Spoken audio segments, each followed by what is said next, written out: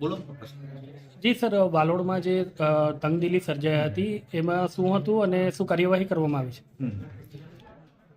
આમાં ફરિયાદી છે હેમરાજસિંહ હરસિંહ પરમાર, તેના મિત્ર વત્સલસિંહ, યુવરાજસિંહ, ભાવિક, દીપકસિંહ અને યુગ સાથે જતા હતા ઇકો ગાડીમાં છાસ લેવા માટે.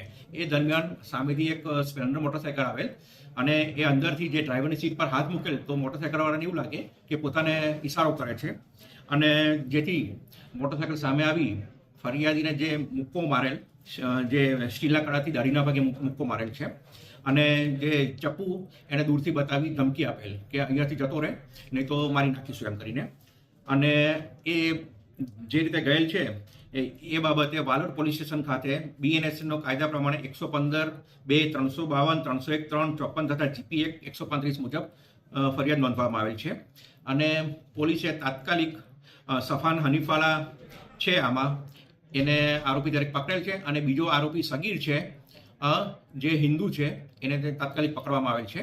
એટલે આમ જોવા જઈએ તો આ હિન્દુ મુસ્લિમનો બનાવ નથી અને આ બનાવ આકસ્મિક રીતે બનેલ છે. સાહેબ, ખાસ કરીને આસપાસના ગ્રામજનો પણ ભેગા થયા હતા, એ લોકોની ખાસ કરીને શું માંગ હતી અને શું નિરાકરણ આવ્યું છે? એટલે આ પ્રકારે જે રીતે બનાવ બનેલ છે એમાં જે આરોપીઓ છે એને કડકમાં કડક સજા આપો અને એની વિરુદ્ધ કાયદેસરની કાર્યવાહી કરો. અને જે અત્યારે જે રેલી નીકળવાની છે એ રેલીમાં બી કદાચ વિક્ષેપ પડે એવી સંભાવના છે, એટલે બંદોબસ્ત પણ આપવા જણાવેલ છે. અને આ જે ફરિયાદી છે તે લોકો સાહેબ શું સામાન લેવા જતા હતા ને રામનવમીનો સામાન લેવા જતા હતા એવી માહિતી મળી છે, તો એ બાબતે ફરિયાદમાં શું ઉલ્લેખ કરાયો છે? ના, એ કંઈક છાસ લેવા જતા હતા.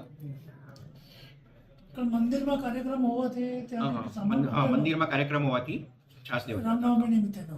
બરાબર છે.